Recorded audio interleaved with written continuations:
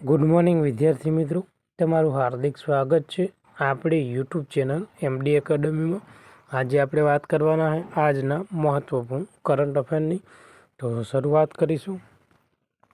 તો આજનો પહેલો ક્વેશ્ચન છે કે BRICS chamber of commerce and ઇન્ડસ્ટ્રીયલના નવા અધ્યક્ષ તરીકે કોની નિમણૂક કરવામાં આવી છે? તો જવાબ આવશે હરવંશ ચાવલા। જોઈશું તેની ડિટેલ મિત્રો।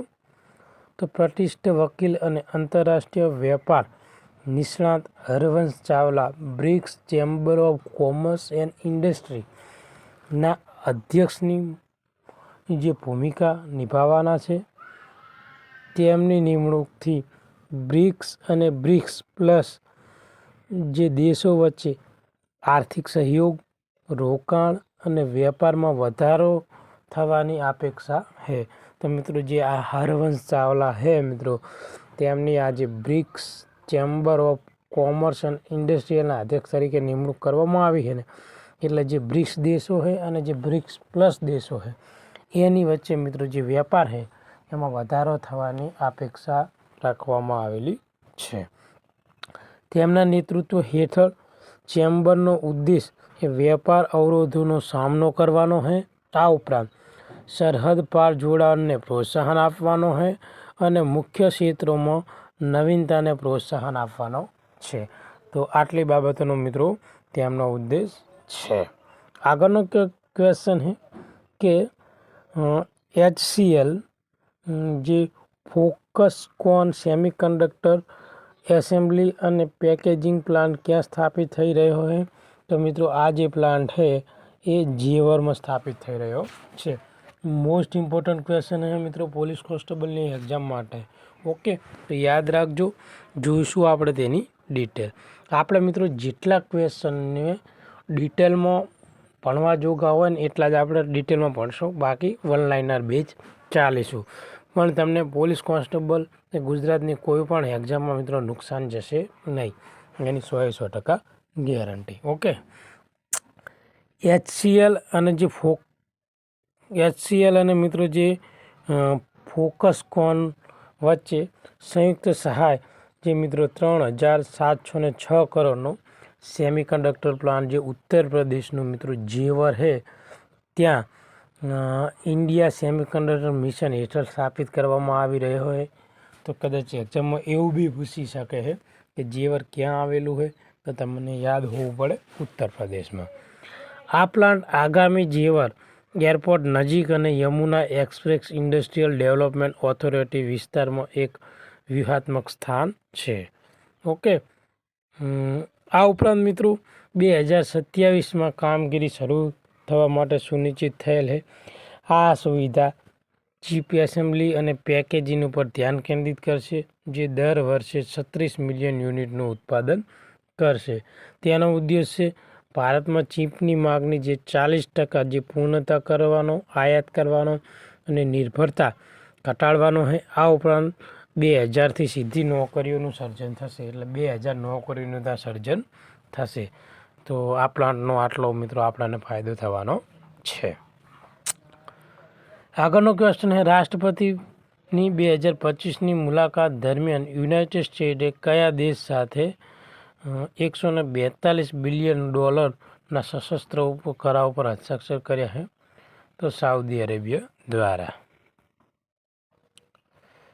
આગળનો ક્વેશ્ચન હાલમાં કઈ કંપનીએ ભાર્ગવ વસ્ત્ર કાઉન્ટર સ્વોર્મ ડ્રોન જે સિસ્ટમ ડિઝાઇન વિકસાવી છે?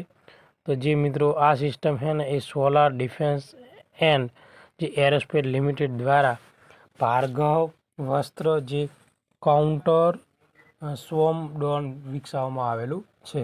તો આ પણ ક્વેશ્ચન મિત્રો પોલીસ કોન્સ્ટેબલ એક્ઝામ માટે મોસ્ટ ઇમ્પોર્ટન્ટ છે। નવા સરકારના નિર્ણય મુજબ દર વર્ષે આયુર્વેદ દિવસ કઈ તારીખે ઉજવવામાં આવશે? તો મિત્રો જવાબ આવશે 23 સપ્ટેમ્બર। તો ભારત સરકારે દર વર્ષે જે 23 સપ્ટેમ્બરના રોજ આયુર્વેદ દિવસની ઉજવણીની પ્રમાણિત કર્યું છે।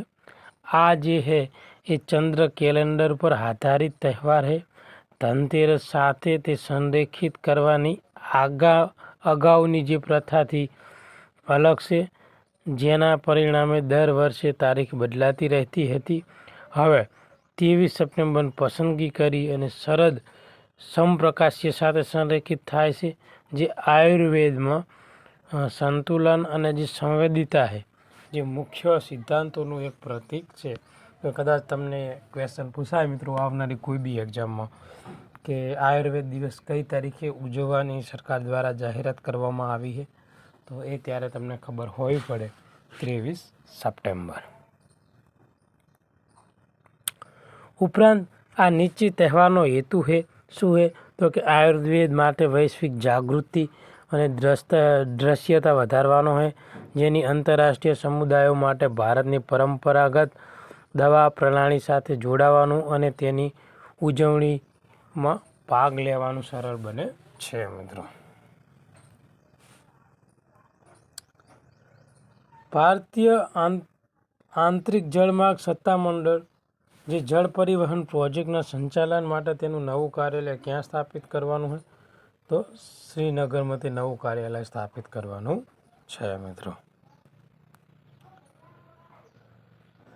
સરકારી બાંધકામ પ્રોજેક્ટમાં કૃત્રિમ રેતી એટલે કે રેતીના ઉપયોગને પ્રોત્સાહન આપવા માટે કયા રાજ્યએ નીતિ શરૂ કરી છે, તો મહારાષ્ટ્ર દ્વારા મિત્રો જે કૃત્રિમ રેતી માટે એક નીતિ શરૂઆત કરવામાં આવેલી છે.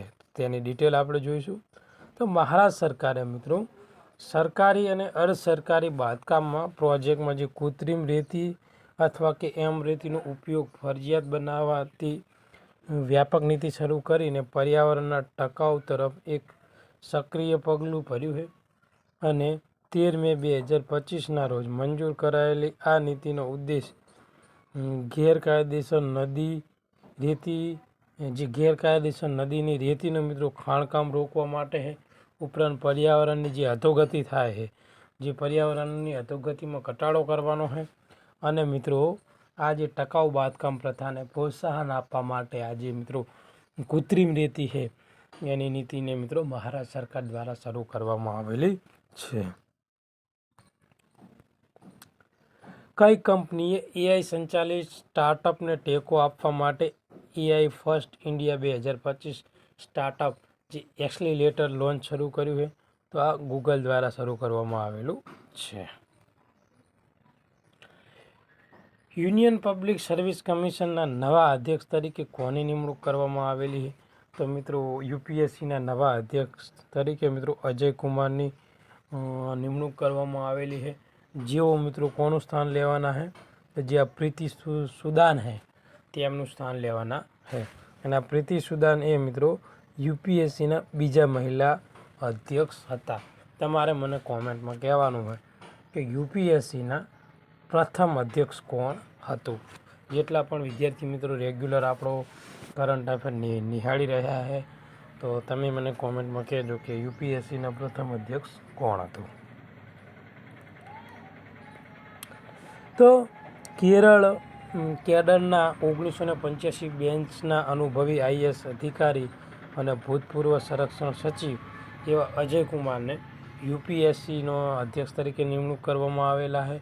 એપ્રિલ 2025માં પ્રીતિ સુદન છે તેમનો કાર્યકાળ પૂર્ણ થયા બાદ રાષ્ટ્રપતિ દ્રૌપદી મુર્મુ દ્વારા તેમની નિમણૂક કરીને એ મંજૂર કરવામાં આવેલી છે, જેઓ પ્રીતિ સુદનનું સ્થાન લેવાના છે. બિલ ગેટ્સ 2045 સુધીમાં તેની સંપત્તિના કેટલા ટકા દાન કરવાનું વચન આપ્યું છે, તો 99% સંપત્તિ દાન કરી દેવાના છે. મે 2025માં કઈ બેંકે કેનેરા બેંક સાથે મળીને નાણાકીય અને જીવનશૈલી લાભોને જોડતી કસ્ટમાઇઝ ડિપોઝિટ પ્રોડક્ટ શરૂ કરી છે, તો યુનિયન બેંક દ્વારા શરૂઆત કરવામાં આવેલી છે. મિત્રો, આજના કરંટ અફેરનો લાસ્ટ ક્વેશ્ચન, અશ્વિની વૈષ્ણવ દ્વારા કયા શહેરમાં નવા ઉદ્ઘાટન કરાયેલા 3nm સેમિકન્ડક્ટર ડિઝાઇન કેન્દ્રનું અનાવરણ કરવામાં આવેલું છે, તો મિત્રો ઉત્તર પ્રદેશનું નોઈડા અને કર્ણાટકનું બેંગલુરુ બંને જગ્યાએ મિત્રો આ જે કેન્દ્રો છે એ નું અનાવરણ કરવામાં આવેલું છે મિત્રો. તો આજનું આ મહત્ત્વપૂર્ણ કરંટ અફેર આપણે અહીંયા પૂરું કરીશું. આ કરંટ અફેર તમને ગમ્યું હોય તો આપણી ચેનલને સબસ્ક્રાઈબ કરી લો અને બેલ આઇકન ઉપર ક્લિક કરી લો, જેથી કરીને કરંટ અફેરના બધા જ વિડીયોની તમને નોટિફિકેશન મળી રહે. આ ઉપરાંત તમારા મિત્રો એપ્રિલ મહિનાની કરંટ અફેરની PDF જોઈતી હોય તો આપણા ટેલિગ્રામ ચેનલમાં મૂકેલી છે મિત્રો. ફરી મળીશું નવા કરંટ અફેર સાથે. ત્યાં સુધી તમારો દિવસ શુભ રહે. Thank you. ધન્યવાદ.